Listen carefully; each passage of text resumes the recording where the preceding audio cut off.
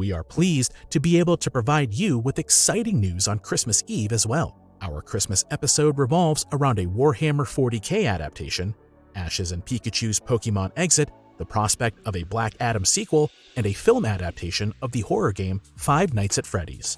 In addition, Avatar 3 is rumored to be over 9 hours long, and Sony is planning to bring one of the weirdest villains ever to the big screen. Have fun watching.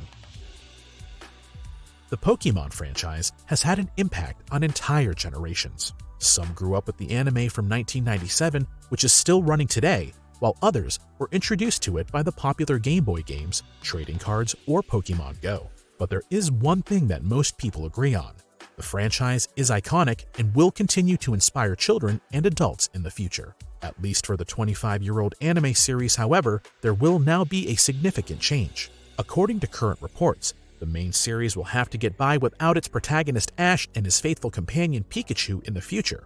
This is due to the fact that Ash Ketchum has finally become the Pokémon World Champion and has thus achieved his lifelong dream.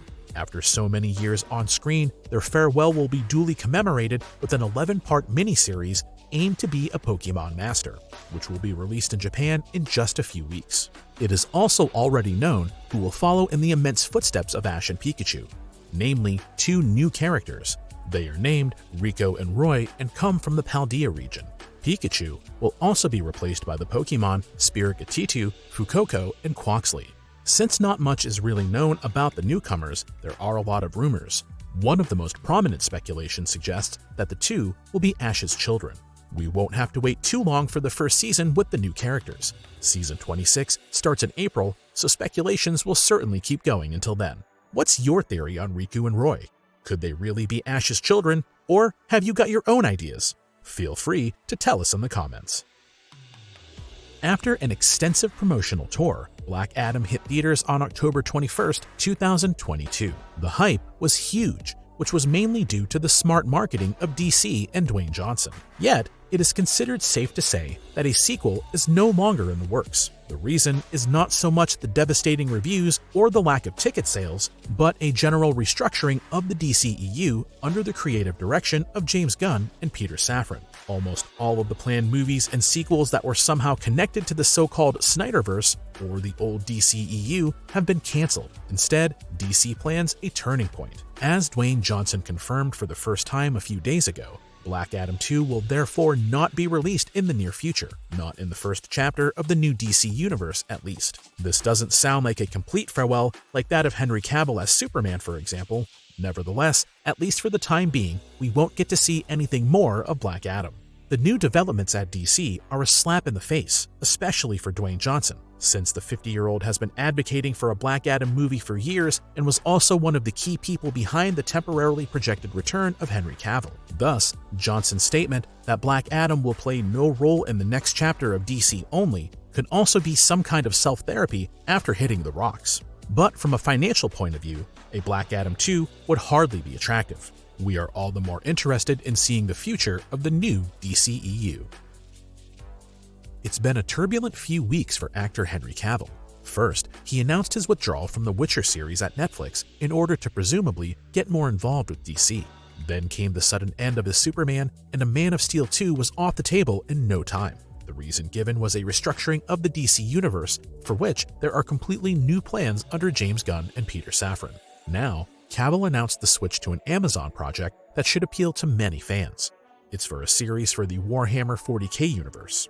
The tabletop game from Games Workshop is set in a dystopia where humans and many other factions fight to be the dominant species in the universe. Time-wise, the game is set in the far future, in the 41st millennium after Christ. Besides lavish novels, there are many adaptations in the world of video games, and a sci-fi thriller titled Ultramarines has also been released. However, there are no real series yet. That will now change under the leadership of Amazon. More specific details about the plot or Cavill's role are not known. However, according to his own statement, the 39-year-old has been a big fan of the Warhammer 40k franchise for years and is said to have actively helped Amazon secure the corresponding rights as a producer. A series about the Inquisitor Gregor Eisenhorn was already planned a while ago. Whether the current announcement is also about this series, we do not know. Due to the fact that the world is gigantic, speculations about the plot are very difficult. Cities are in part as large as entire continents, and spaceships are also oversized. In addition, the vast expanses of space are waiting to be explored in all directions. Despite the lack of details about the plot, a lot of fans are optimistic about the series project. Cavill is considered a hardliner in terms of story templates, as he already proved with The Witcher, which earned him a lot of praise from like-minded fans. What the exact schedule of the Warhammer 40k project looks like is currently only known by those responsible and Cavill himself. Nevertheless, there are ambitions to create a complete universe and not solely a series. In any case, there is plenty of story material in the 35-year-old game. James Cameron's Avatar 2: The Way of Water is currently playing in cinemas and is working hard to earn back the insanely high production costs and meet the high expectations. With $435 million worldwide, the movie is in third place for the best opening weekend since the pandemic.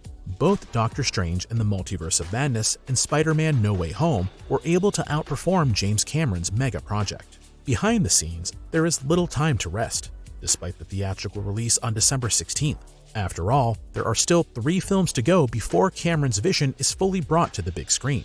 As producer John Landau confirmed, Avatar 3 is already 95% complete, after the scripts for all 5 parts have been known internally for some time anyway. Currently, they are busy shooting Avatar 4, which, like parts 2 and 3, is supposed to introduce both a new culture and new tribes. The current version of Avatar 3 is said to be a full 9 hours long, and is packed with special effects from the first minute to the last. That doesn't mean that the final version will also be 9 hours long. However, according to Hollywood insider Jeff Snyder, James Cameron is said to have explicitly demanded that all scenes shot must be in top quality so that he could choose at a high standard. This is quite unusual, since most productions edit based on raw versions of the scenes. Not only is it less expensive, it's also less time-consuming. For the perfectionist Cameron and his life's work Avatar, however, this is probably out of the question if one is to believe Snyder's rumors. The future of the movie series now depends solely on the box office results of Avatar: The Way of Water and Avatar 3. If both movies only perform moderately, a continuation of the cost-intensive franchise is unlikely, and Disney would have to put a stop to Cameron's passion project. It's not just the Marvel Cinematic Universe that is constantly growing and can fall back on an ever larger catalog of movies and series. The Sony Spider-Man universe is also striving to further develop various projects. As The Hollywood Reporter informed this week, next to El Muerto and Madame Web, another spin-off of Spider-Man is in the pipeline. It's about Hypno Hustler, who, as his name suggests, is a fairly weird character. The villain's real name is Antoine Delsoin, and he is the frontman of the band Mercy Killers, whose instruments are equipped with the ability of hypnosis. With this, he can put his audience in a trance and then rob them. At this point, it's probably not surprising to anyone that Sony hasn't focused on the bizarre character so far, and that's why he hasn't been featured in movies and series, until now at least. In fact, there is already a well-known actor who will take on the role in the spin-off, namely Donald Glover. The 39-year-old multi-talented actor is also a 5-time Grammy Award winner under his stage name Childish Gambino, so we can easily imagine him in the role of the crazy Hypno Hustler. Nothing is known about the plot of the spin-off yet, but we are eager to see how the setting will be realized. After all, Hypno Hustler made its debut at the end of the 70s and thus in the middle of the worldwide disco era. Due to the involvement of Donald Glover, however, a more modern hip-hop setting is just as feasible. Either way, we are very excited about it. A release date has not been set yet. A movie for the upcoming adaptation of the multi-part horror game Five Nights at Freddy's has been in planning for quite some time. Apart from the announcement that Blumhouse will produce the film, there has been little information so far. Well, that changed this week when the signing of the first cast members was announced. So far, Scream actor Matthew Lillard and Josh Hutcherson, who played the character Peeta Mellark in The Hunger Games, have joined the cast. Hutcherson will play the main role of security guard Mike Schmidt, while Lillard will star as the antagonist. Also cast is newcomer Piper Rubio, who will play Mike's sister.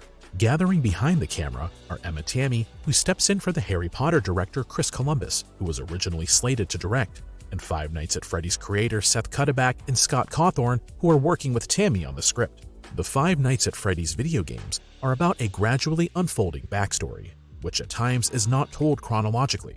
The big antagonist is the inventor William Afton, who created highly advanced animatronics for his company, Fazbear Entertainment. These were actually intended for entertaining children in restaurants.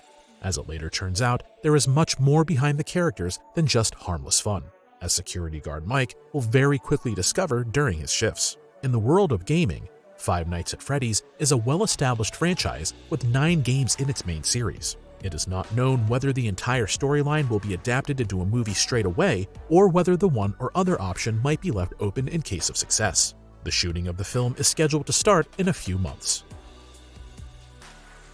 That's it for this week's news. If you want to keep fueling your excitement for the upcoming movie season alongside all the holiday hustle and bustle, we've got another present for you. In our new original, we're sharing everything you need to know about Marvel's Ironheart.